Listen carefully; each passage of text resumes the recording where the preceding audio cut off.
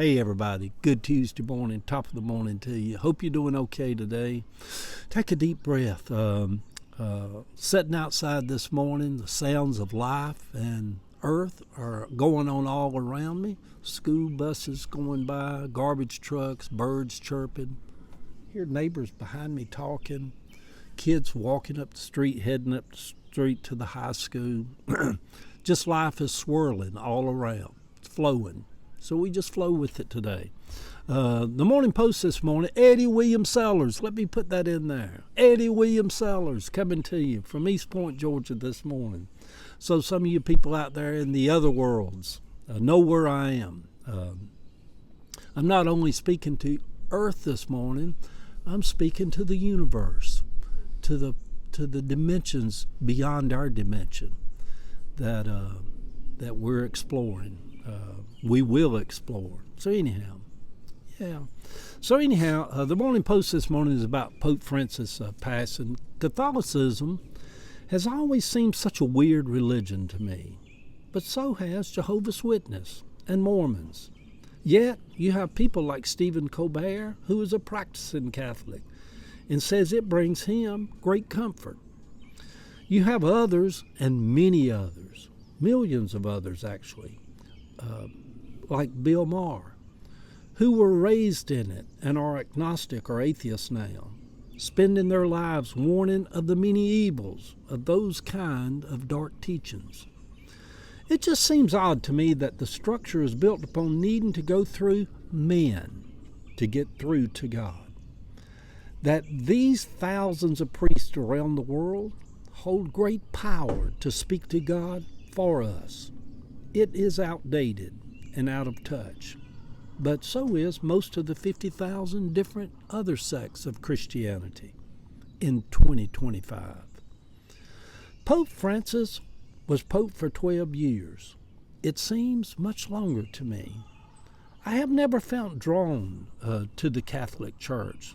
To be honest, the services I have attended, one in Cincinnati, one in Costa Rica, and then a Sunday morning in Paris at Notre Dame, were boring to me. But so are the Baptist services. There is nothing in the world more boring than a long, dry Baptist service. As Lady Deaconess once told me, a whole lot of talking, but not a lot being said. At least the Pentecostals knew how to put on a show, how to entertain, even if they had an occasional sex devil that ran loose in the church every once in a while. He seemed to be a decent man, a good man. He lived out his life. I wonder on the other side what God thinks about all of the man-made Catholic stuff that he was involved in.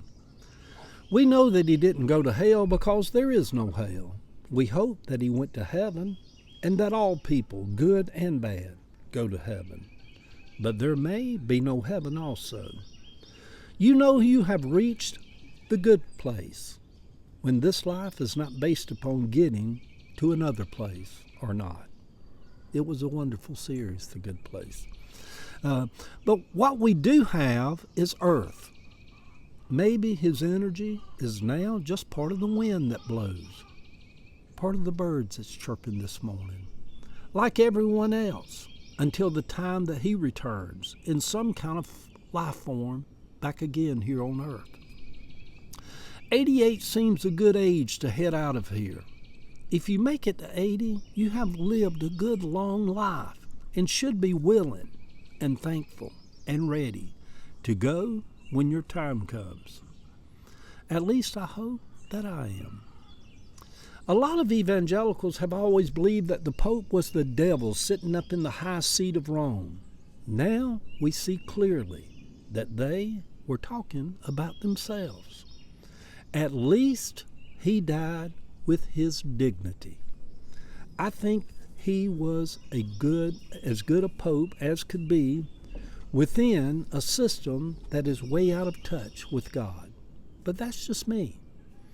The Catholic Church needs an awakening. Maybe Pope Francis was just a tiny little seed that was sown that would help bring that around, the awakening of the Catholic Church. And yeah, so good Tuesday morning, everybody. Today I will rejoice, and I choose to be glad for this day. I've got some running around to do today. Thank God I am free from the shackles. Just about every chain that was placed upon me throughout my childhood of being raised in the religious South, the Bible Belt, has now been broken. So have they also this morning on Pope Francis. He is no longer Catholic. He is free. Love y'all.